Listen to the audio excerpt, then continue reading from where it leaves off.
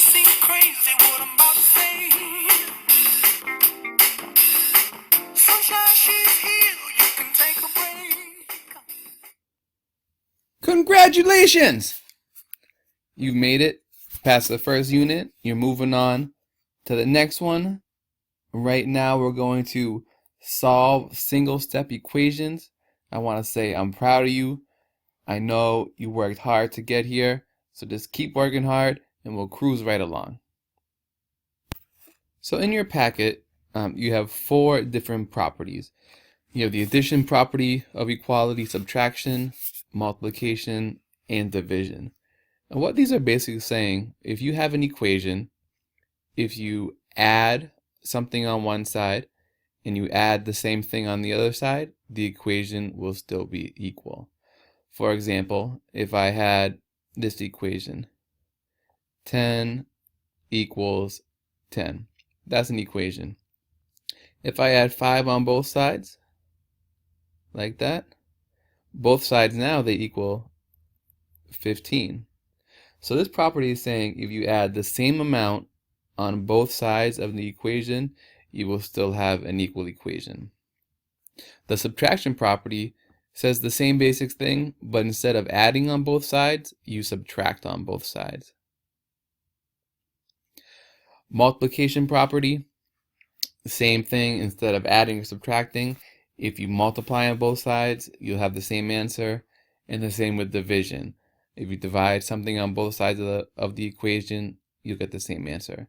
Just one more example. Let's say if I have 6 equals 6, that's an equation.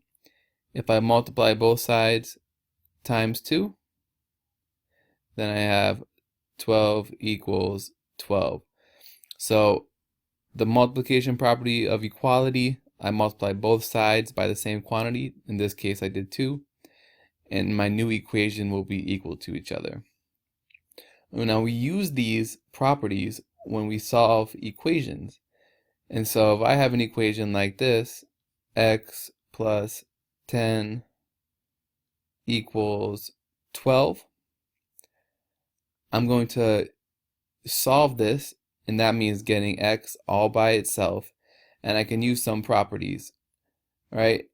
And just so you know, this looks a little different than those last examples, but the left side of the equal sign, x plus 10, and the right side, 12, are equal to each other.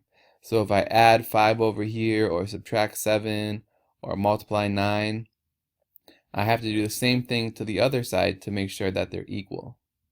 Alright, so I'm going to do some examples coming up pretty soon. But before I do that, we need to know the inverse operations. So inverse, this means pretty much the opposite. So the inverse of addition is subtraction. The inverse of subtraction is addition. The inverse of multiplication is division. And the inverse of division is multiplication. Basically what this is doing is undoing an operation. So if I added 5 on one side and then I subtracted, those undo each other. So we want to do opposite inverse operations. Alright, so our first example, we have x plus 3 equals 12. And you need to make sure that you write this in your note packet. So I'm solving these equations. I want to get the variable, in this case x, by itself. So to do that, I know on this side I have plus 3. So I need to do the inverse operation. Before I do that, I like to draw a line down here, just to make sure if I do something on one side of the equation, I'm doing it on the other side. So this says x plus 3. I need to find the inverse, or the opposite, of plus. So I go back. Alright, it was addition. The inverse is subtraction. So I need to, instead of plus 3, I'll do minus 3. And I'll do the same thing on this side of the equation. Now I simplify. 3 minus 3, that's 0, right? So those cancel out. X, Now I just have x, and that equals 12 minus 3. That's 9. So my answer is x equals 9. Now, once you find your answer, you really want to check to make sure it's right. If you take a quiz and you have all these answers and you get them wrong and you didn't check them, I'm going to say, why didn't you check them? Right? It's easy to do, and it lets you know if you have the right answer. So when you want to check it, you just rewrite the equation, but instead of the variable x, you put in the answer. You got 9. So I'm going to write 9 plus 3 equals 12. Now I need to check, is that true? Well, 9 plus 3, that's 12, equals 12. If this is a true statement, 12 equals 12, then I did it right. If you have something like 15 equals 12 or 2 equals 12, then it wouldn't be right and you'd want to go back and do the problem again. Perfect. Let's go to the next example. W divided by 3 equals 12. So when you have a fraction like this, we say W divided by 3. So that's division. So I go back. I have division. The inverse of that is multiplication. So this is being divided by 3. That means I need to multiply both sides of the equation by 3. Before I do that, I'll draw a line down here just to make sure I'm keeping both sides equal. So this side, I multiply times 3. And over here, I multiply times 3. 12 times 3, well, that's 36. And over here, I'm going to show you why this will cancel and why it works. So if I do, this is really 3 times W over 3. 3, I can write that as 3 divided by 1. All right? When I multiply fractions, I do the top times the top. 3 times W is 3W. And the bottom is 1 times 3, which is just 3. Now if I'm going to simplify this, I have 3 over 3.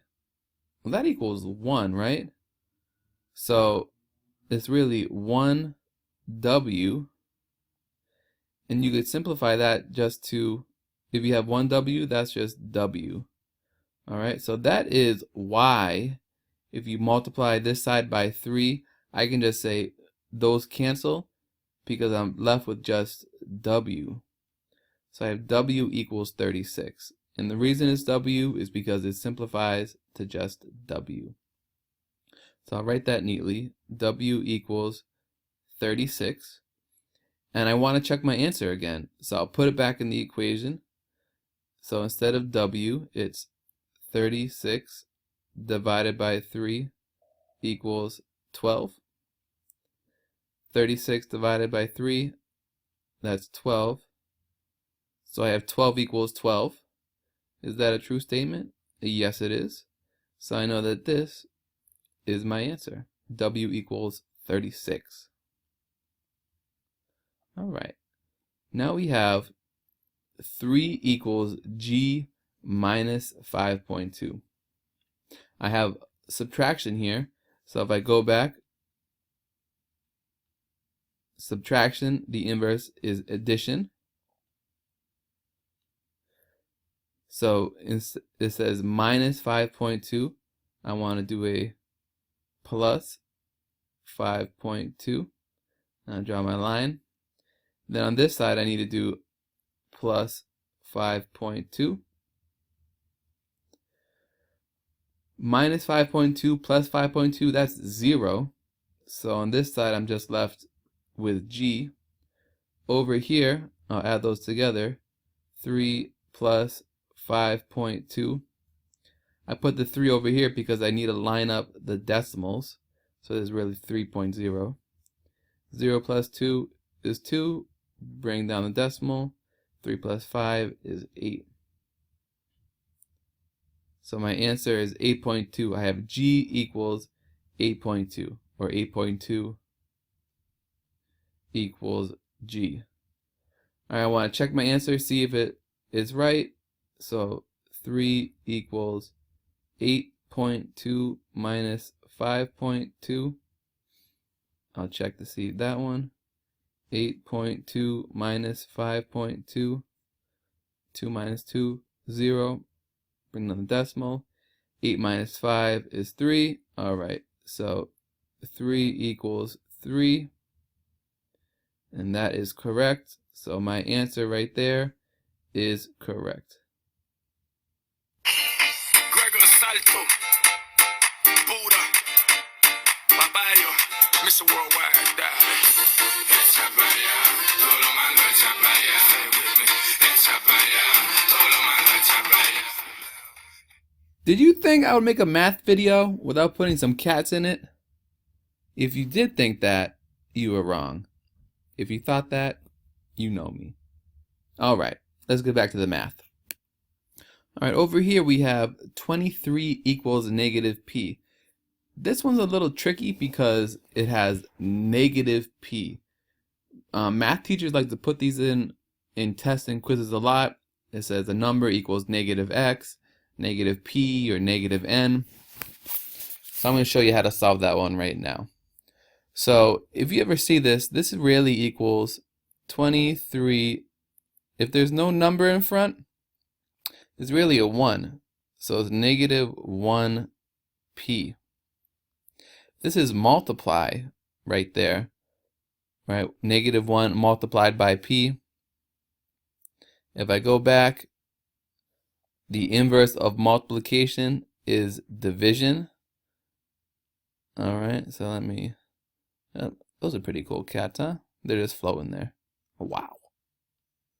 So it was multiplied, the inverse is division, so I'm going to divide by negative 1. All right, those cancel. Negative 1 divided by negative 1, that just equals 1. 1 times p equals p. So that side's p, and I forgot to draw the line. Over here, 23 divided by 1, well, anything divided by 1 will be the numerator, the number on the top. So it's 23, and then there's a negative, and when you divide and you have one negative, your answer will be negative. So your answer here, negative 23 equals p. If I put that back into the equation, 23 equals negative, and then p, right? That's negative 23. Well, 23, a negative times a negative, that's positive. So 23 equals 23, check. P equals negative 23. All right, whew, this one has a fraction on it. Sometimes a student looks at a fraction and they start to cry. Right? It's not that bad. We can do it. We just do the same exact thing as we did before. This says 2/3 plus x equals 2. Right? I can also say x plus 2/3. So to get rid of this, I need to do the inverse operation. Right? So this is a positive number. If I do a minus 2/3, that will cancel each other out. And let me draw this line before I forget. Right, 2/3 minus 2/3, that's 0. Right, I know this time I'm going to be left with just x because these two cancel each other out. So over here I need to do a minus 2/3 as well. So now this side equals 2 minus 2/3. All right, how do we solve that? We did that a couple of videos ago. Let me do it right. I'll do it right over here. So we have 2, and I'm going to call that 2/1 minus 2/3. We need to make common denominators. So if I want to change 1 to 3, I can multiply the top and the bottom by 3. All right. So 2 times 3 is 6. 3 times 1 is 3. Now I have 6/3 minus, oh, that should be 2/3. That's a 3. My answer, the bottom is going to be 3, the denominator, and the top I just do 6 minus 2, which gives me 4. So my answer is 4/3. 2 minus 2/3, we just said that is 4/3. All right, so I have x equals 4/3. If I want to check my answer, I plug it back in. So 2/3 plus 4/3 equals 2. Is that true? So let me see. These have the same denominator, so I can just add the top. 2 plus 4 is 6. So I have 6/3 equals 2. 6 divided by 3, that equals 2. So 2 equals 2. My answer is correct. So x equals 4/3. All right, moving on. Next one. Oh my God, Mr. Durkis, more fractions. Why are you doing this to us? It's because I like you and it's good for you. So this says negative 2/3 x equals 1/3.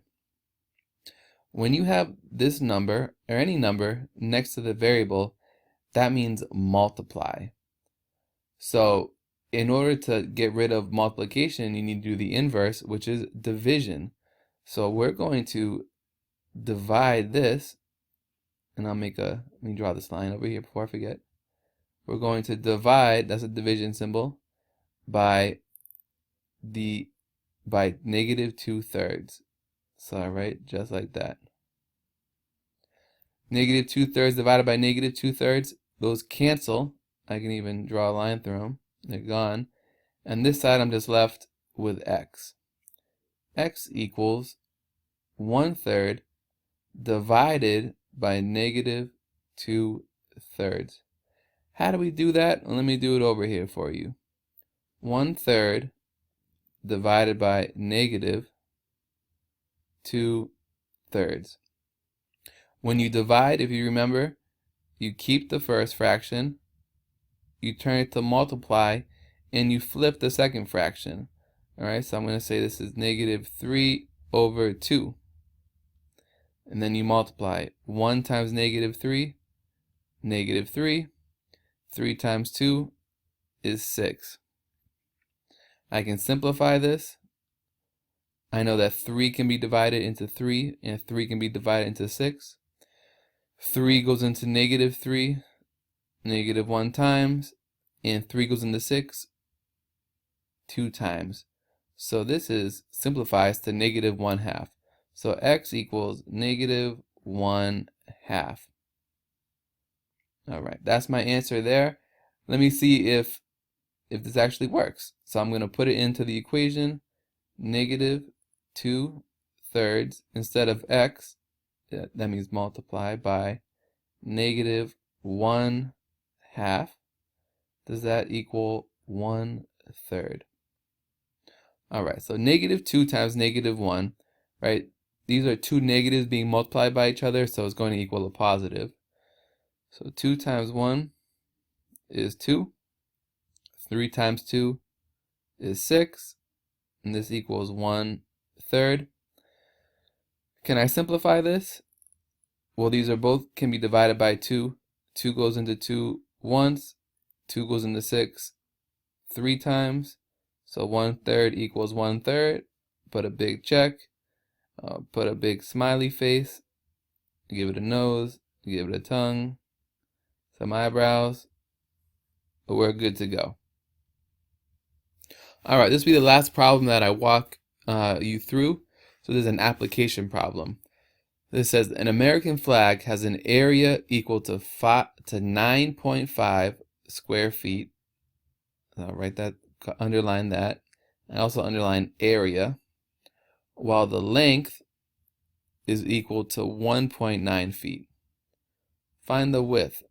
That's the question. Find the width. All right, so American flag, those are rectangles. Even this is a little wavy, it's a rectangle. So to find the area of a flag, that is length times width. All right, it says the area is equal to 9.5 square feet. So the area, 9.5 and square feet, you can write that like this. Feet squared. That equals, the length is equal to 1.9 feet. So the length, 1.9 feet. Find the width. We don't know what the W is. And that should be lower. Let me pause this. All right, I just fixed this. This dot should be down there because it's a decimal. This dot is higher up because it's multiplication. Speaking of multiplication, that's what we have right here. It's 1.9 feet times W. So we want to find out what W equals. We need to do the inverse of multiply, which is divide. So I'm going to draw a line down here first. I will divide this side by 1.9. And I'm going to write feet because it's 1.9 feet. 1.9 feet divided by 1.9 feet, that equals 1. 1 times W, that just equals W. On this side, I'm going to divide that by 1.9 feet. I know that feet squared divided by feet. Let me write that up here. Feet squared divided by feet. Well, feet squared, that's really feet times feet, and the bottom is just feet. So what I can do is cancel one of these, and I'm left with just feet. So I know my unit will be feet, and now I need to divide 9.5 by 1.9. I'm just going to stick this in a calculator. Oh, man, I did it again. Alright, so I was dividing 9.5 by 1.9. So 9.5 divided by 1.9. That equals 5. Perfect. So my answer, 5 feet equals the width. If I want to check my answer, I can put it back in. 9.5 feet squared equals 1.9 feet times 5 feet. So I need to multiply 1.9 times 5, and that should equal 9.5 feet squared. All right, and this will be feet. It'll be feet squared because feet times feet is feet squared. So I'll go back to my calculator. 1.9 times 5. All right, 1.9 times 5 equals 9.5. Perfect. 9.5. All right, great work. So you can get started on the problems once you finish the packet and the application. You can take the mastery quiz and then move on to the next lesson once you pass that. So good work. Great job solving these equations. And just like you solved the equations, I'm going to show you a quick video of people trying to solve a mystery involving Big Papi. Hey, what's up? I'm David Ortiz, and this is On the Cover Left. Hey, what's your name? I'm Katie. Oh, nice to meet you. My name is Donnie. Donnie? Yep. Nice to meet you. Donnie, I'm Yep. Caitlin. Thanks for picking me up. Definitely. Are you superstitious? Am I superstitious? Mhm. You know, sometimes I can be. I do the same thing for every drive. Clutch. Do you ever go to New York?